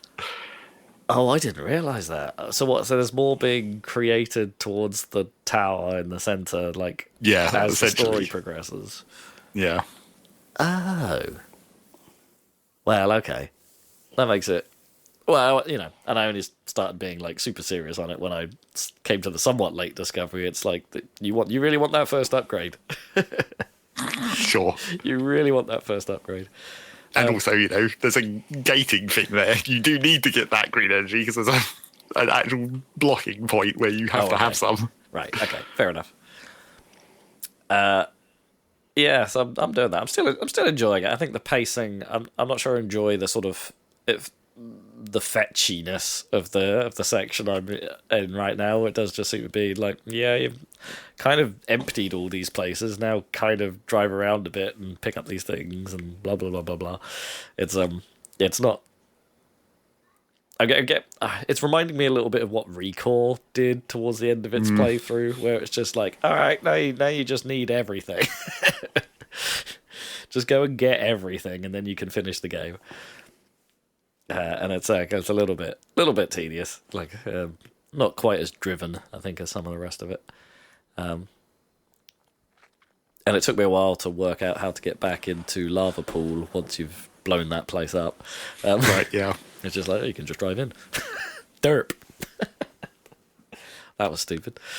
Because that's where, like, a lot of, like, when you look at the scan log and you're like, oh, I must have missed a ton of shit in the lava place because there's a lot of gaps here. And it's like, oh, yeah, but that's because you go back later and a whole bunch of new different enemies spawn. Yeah. So that's okay. Yeah, I'm enjoying it. I'm assume to finish that very soon. I mean, I'll be interested to see if, like, I don't know if there is a difference in like the 100% scan ending or whatever, because that's usually what they did with Metroid, right? Where you get like the extra bonus ending or whatever, where Samus takes the suit off or whatever, like it used to be. Yeah. I don't know if that would be much of a thing now, right? Now Zero Suit Samus is just a thing. Well, sure, it's not going to be a surprise any longer. And I don't really remember like the ending that I got, which presumably would have been the 100% one if there is a 100% one. I mean, she still only took the helmet off. Oh, okay, right. It wasn't full zero suit or anything. Classic.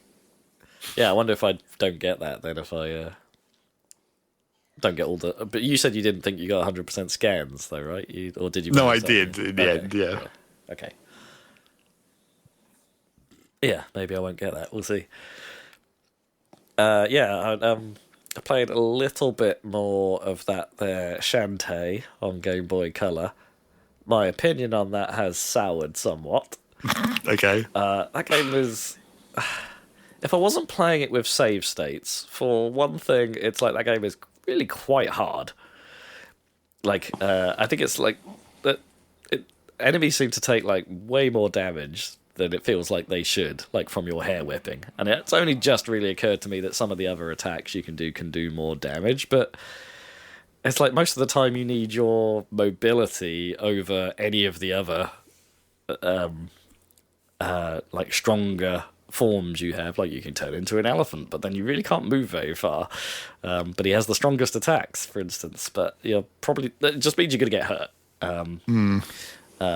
Along the way. Yowie zowie. Yeah, which never feels good, right? It's like, I'm just going to have to tank some hits here. And it's like, well, okay, but then I need to actually travel quite a distance between these two places because the progression of the game seems to have been, from the start point, go right in the world a little bit. Now go back to the start and go left a little bit. Now go further right than you did last time. Now go further left than you did last time. So it's like, although if you're being quite...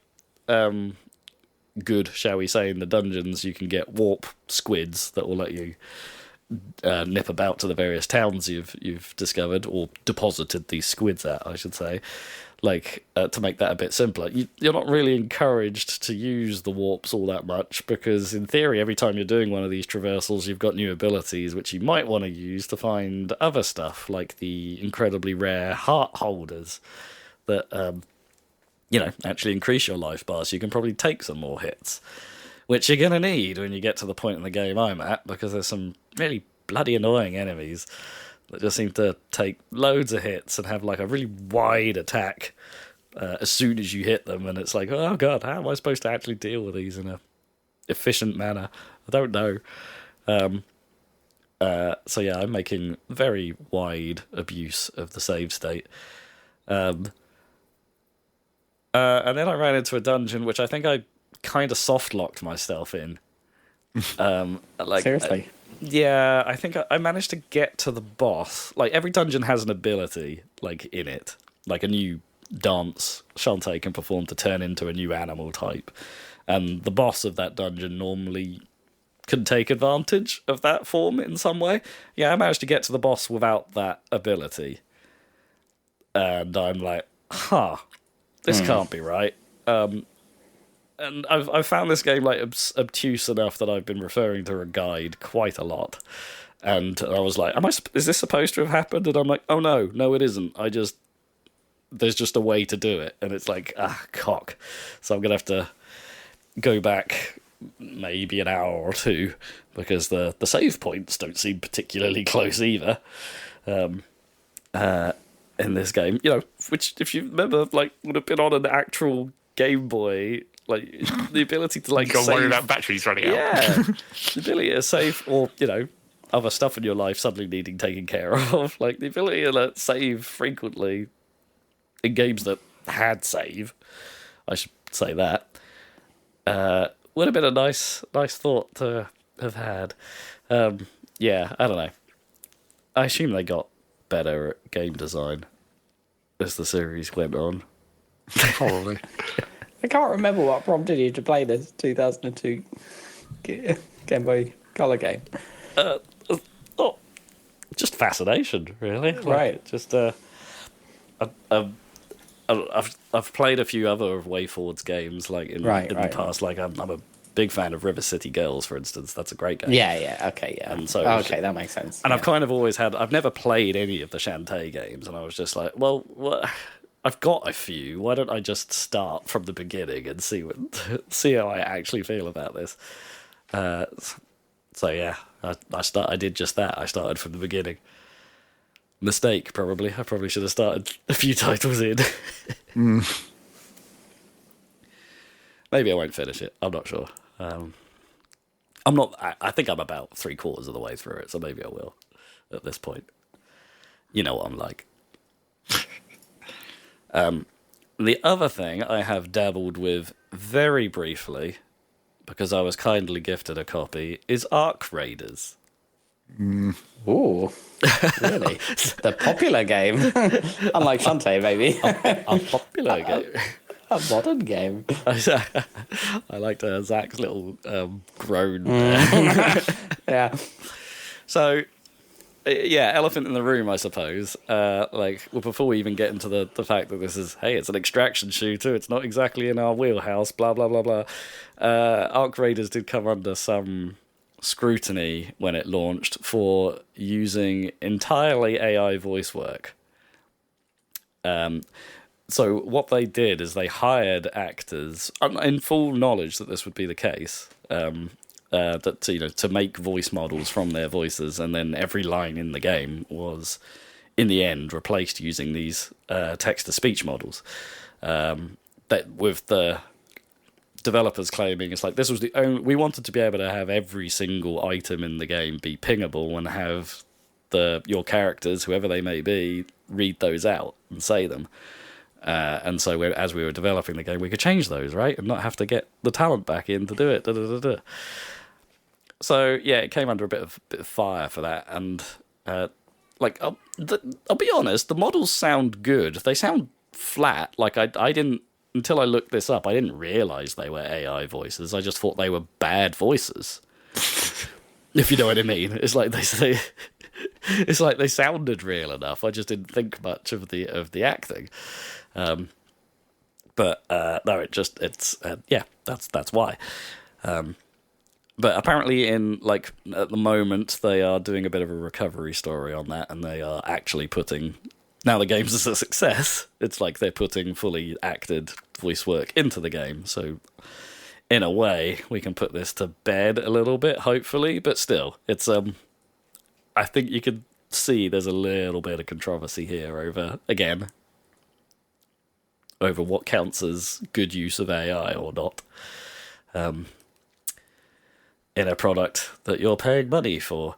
So yeah, Arc Raiders, the friendly extraction shooter, as it turns out. It seems that most people's experience with this game is that people want to help you, not kill you.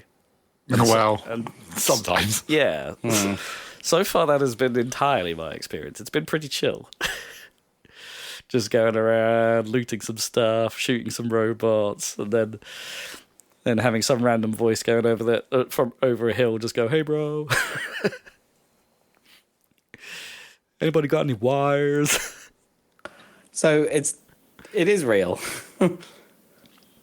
The fact that people are helping each other out. At least so far for me, I've not seen any PvE PvP happen yet. At all. But as I said, I'm very early into this. I've only played a little bit, and is it obvious if there might be like the hard room or whatever, like the harder pool of spawns? So apparently that's how this works behind the scenes. Like if you're a good player, it tends, and the crucial word there is tends, to match you with other players who are also friendly. But if you're an asshole, it's going to match you more frequently with other assholes. With other people that just want to shoot other people. So, I think for me, I will want to skew it to the former. Because that's how you progress. But there's always that little element in the back of your mind that's like, are these guys cool? Are these guys cool? And then you join in a fight to destroy a robot that's like that's hassling them, and they're like, "Thanks, man," and you're like, "Yeah, they're cool." I'm having a fun time of it right now. I think it looks pretty good. It's an Unreal Engine 5 game because everything is. So I'm playing it on PC, so it looks and runs great on my rig. But I don't think it's got any like super advanced ray tracing or anything going on like that. It's just a you know, Solid looking modern game. Yeah, solid looking modern game. That's a good way to describe it. What is outstanding though is the audio. Like, it is phenomenally good. Like, nothing feels like for a game that actually like this makes total sense, right? It's like you want to be able to hear what's going on with your surroundings. You want to be able to hear where people might be. You want the proximity voice to sound like it was said by someone in the world, for instance. And then when you do get surprised by something creeping up on you, you want the gunfire to sound incredibly loud. Yeah. And it hits all of those. Like, it's a very impressive audio package. Like, it sounds cool. great. Like, I wouldn't say it sounds out of the ordinary in the sense that it's a very realistic soundscape, is what I would say. Like, it's not trying to do anything excessively sci-fi or in any particular way. Yeah. Although some of the alarm noises the elevators make to escape a run are kind of funny, but just the sound of the guns, the sounds of the explosions, how things sound far away, and how you can tell where they're coming from. Like, it's very well done. Cool. It's a very nifty sounding game. But apparently, like the Arc Raiders team is made up of ex-DICE people, you know. So that's always been good in. Yeah, they probably since sort of, I don't know, 3 or something. Exactly. So there's probably some inherent knowledge coming back there. Sure. But yeah, super early. I'm not going to sort of lay down any definitives on it yet. So far, all I've really been doing is looting and occasionally being set on fire and then being saved. Usually by kippers. I don't think either of us have been downed yet while we've been playing, like, and need to rescue each other. But, like, you know, survived enough firefights. You normally just get surprised. Like, in buildings, there are these like little balls that roll. But, like, there aren't too many robot types. Most of them are drones, so they hover around and you can hear them. But, like, when you're inside buildings and things like that, the roaming robots tend to just be balls that roll along the floor, and you don't really hear them coming. It's kind of funny, though, when they do eventually creep up on you, and then it's just like, oh god, now the room's on fire. So you can hear a rolling noise, I presume. But I think it has to get pretty close faint, to you. Yeah. Right.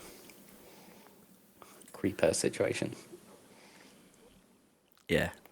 Yeah, it seems cool so far, but I think it's exactly one of those. Like, if I was to say, like, exactly how much of one of those this seems like, it seems like 100% my expectations. One of those. Right, yeah. Okay.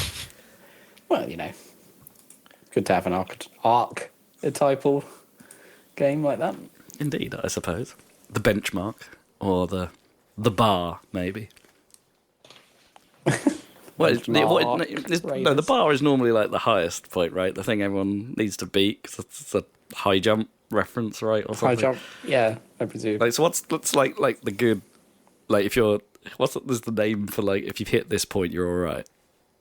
Yeah, you meet, because you want to go over the bar right before raising it, right? So if you meet the bar, then you get to continue the competition, right? But that means you're then the best at that point in time. That's not really what I mean. Like, Marathon might very well be the best. I don't know. Hell, the Division might be the best. I don't know. But I mean, do we know what raising the bar means from the high jump analogy?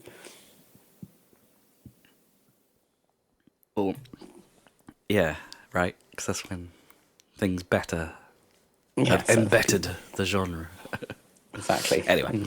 And now people have to beat the new bar. I think, median. This is my median. Okay, so you're doing a seance and stuff. No, not that. Median. Oh, median. Right, the thing in the middle of the road, yeah. Okay. Yeah. It's my barrier. It's my barrier. Got it. Barrier. Yeah. Raise the barrier. Yeah. Oh, boy. All right. I need to go lie down. Apparently. Okay, we won't have to wait too long. because I've only been playing more of Tokyo Xtreme Racer. Oh, yeah. Yeah, which is, really good. Enjoying it. It's a vibe. Does it like get harder Yes. over time? Yeah, well, the progression is interesting because it's like not totally obvious how you're supposed to do it, which is quite good. It's slightly obscure.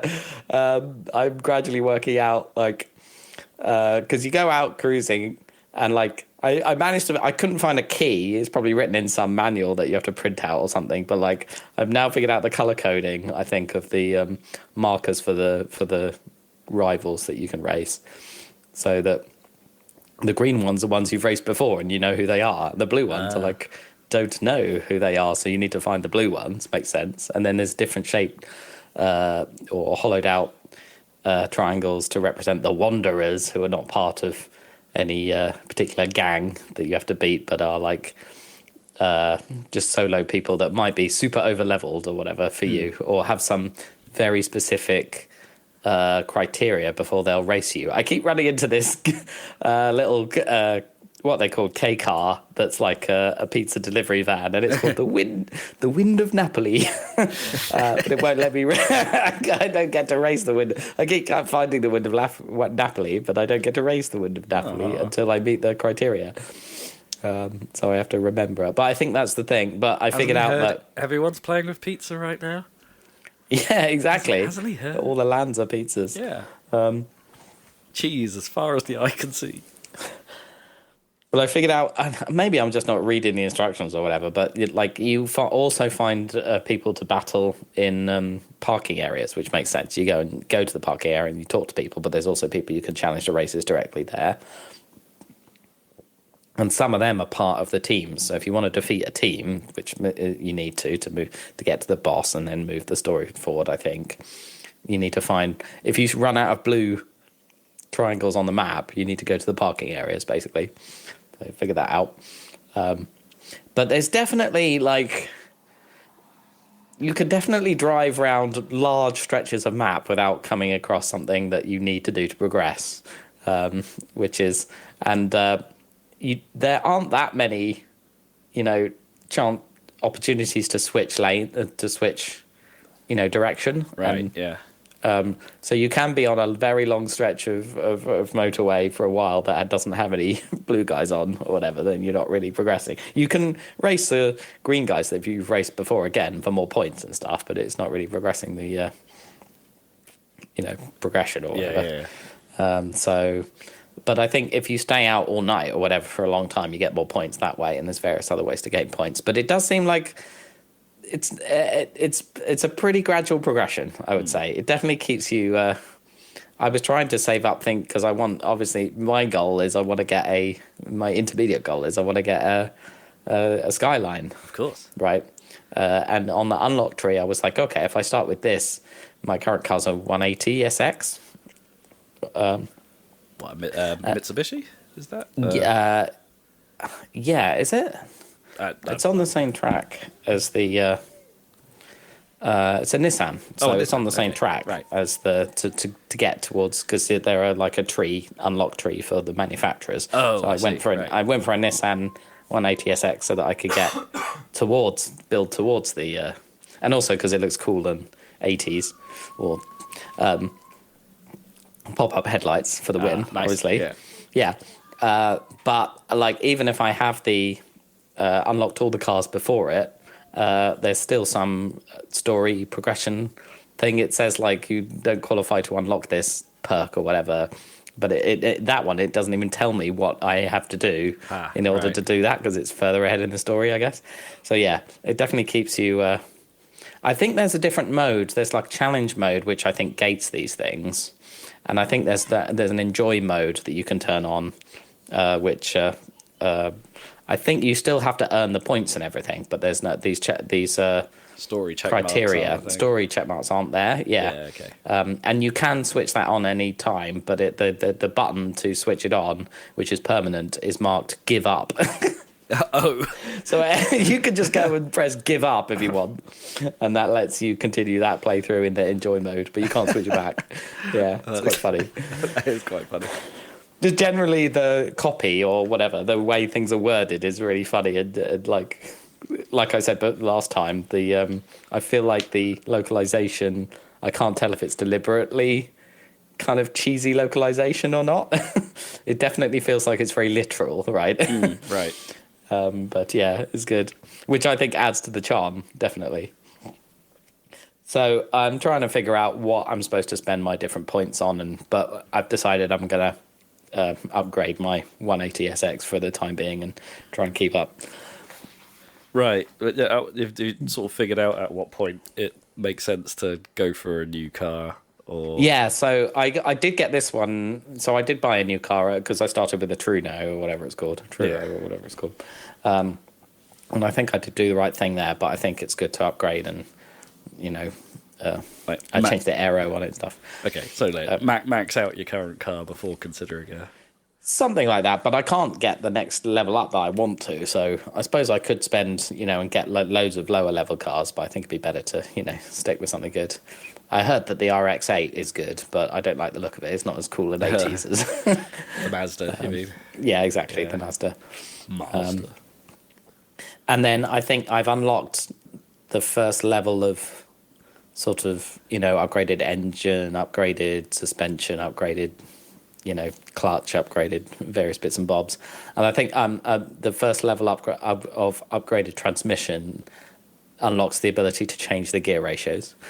Right. And I think it's going to be a case of the classic, just shorten the gear ratio a bit. The same thing you do in every rally game, right? It's like you have a million options to tune and all you do is slightly shorten the gear ratio, right? Depends. Like, surely on this... Like, on these highways, I know. like, top speed actually really does have a... Yeah, it does. The thing is, like, with the battles, which is the main way that you race, the SP battles, like, if they get away at the start, it's very hard to catch them or whatever, and then you're kind of screwed. So if they're over-leveled from you, you can't really win unless you get very lucky and they, I don't know, sometimes you can deliberately start the race as you're approaching a corner or a twisty section where you'll have more chance to, bodge it a bit. But if you're on a straight and they're faster than you or they have nitrous and you don't, then they kind of disappear and you can't really do anything. But if you have a shorter gear ratio, I think you can accelerate faster and get ahead of them. But of course, you have lower top speed, but then you can faff around trying to block them, right? If you're ahead of them. So you have more chance of, cheekily racing or whatever. Do you know what I mean? Cheek to cheek. Cheek to cheek? Well, it is cheek to cheek quite a bit. So I haven't really tried that, but I only just got the new transmission, but I'm going to try messing with the gear ratios. Because I think even if you have a long gear ratio, if you don't have enough power, you're not actually using, the whole... The chance of you getting there is... Exactly. So you kind of might as well lower it so that in the cars you get at the start of the game to a shorter ratio so that, you're redlining when you're at maximum speed and power. And then have a longer gear ratios and later in the game, I expect.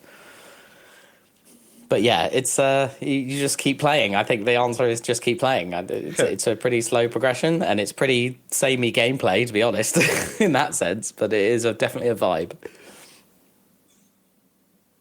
You just sort of just go with it, and it's a good time, is it?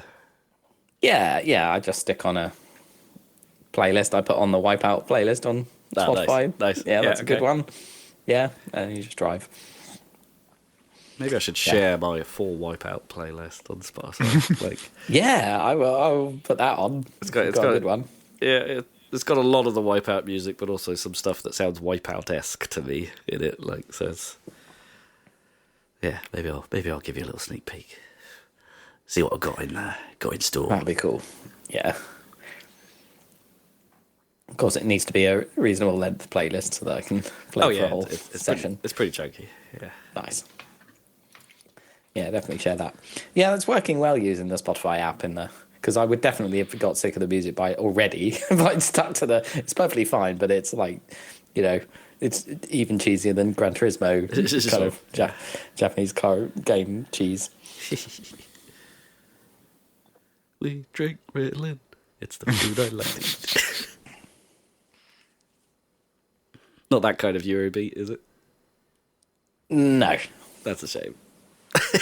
It's more J-rock, I guess. Oh, okay, right. Yeah.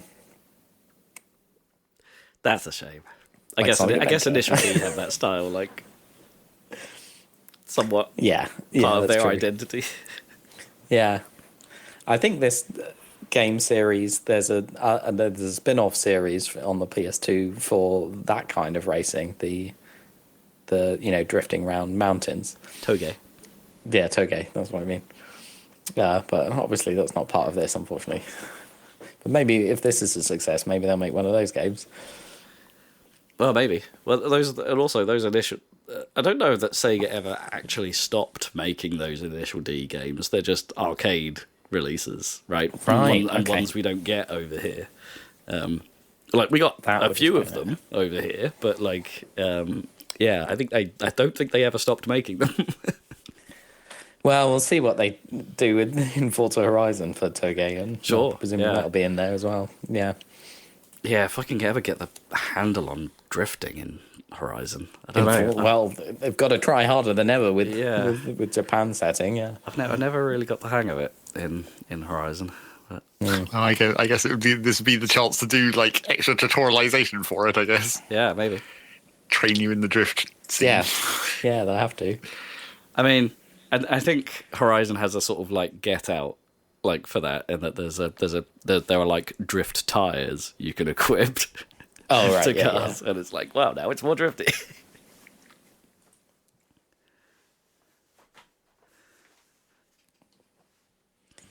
yeah, so that's Tokyo Extreme Racer. And I think that might be a podcast. We're coming in quite soon for your recovery, Rob. My lay down appointment. Yes, I think it is coming up soon. I'll tell you what, I've got some grouse.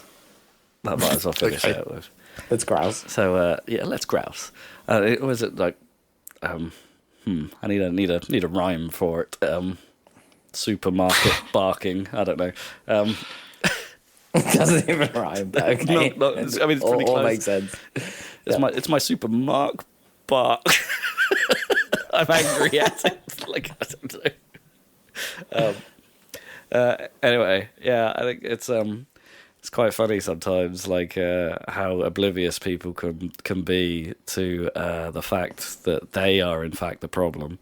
When I was acquiring pizza from our favourite pizza counter at the Ipswich Asda, there was a couple in front of me who were ordering a metric fuckload of pizza to be like after my own be heart. precise. In fairness, yeah. Look, but, Yeah, fair.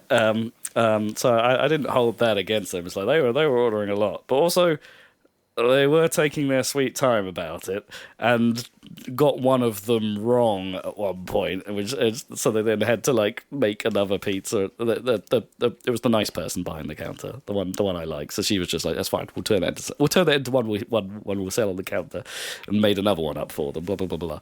But obviously they were making all these pizzas, and then they sort of look to the side, and there's me like stood directly behind or next to them, and by this point, a flippin' enormous queue had formed. Right, yeah. And they were just like, "Oh, I guess we came at the right time." And it's like, no, you have taken all of that time. You have caused this.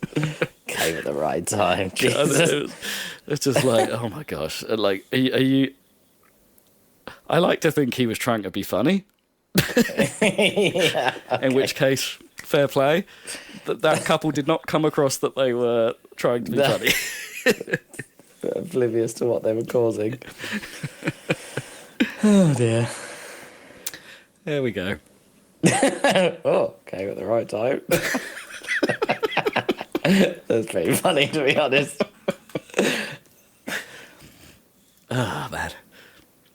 I did it, geese. There was some pizza left for me, so that's all that matters. Yes, that's the main thing. Yeah. Maybe not the person at the end of the queue, but at least you got yours. Yeah, well, yeah. I wonder whose break had to happen first. I was like, oh my god, I've made so many pizzas, these hands cannot craft anymore.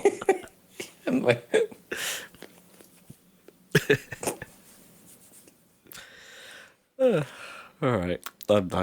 I'm losing my mind.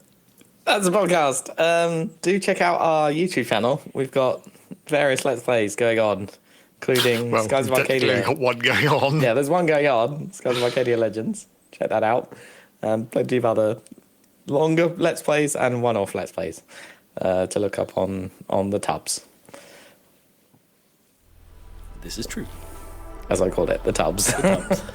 The whole massive tubfuls of video content. So check that out. And we'll be back in a couple of weeks with another Saladcast. So we'll catch you then. Bye.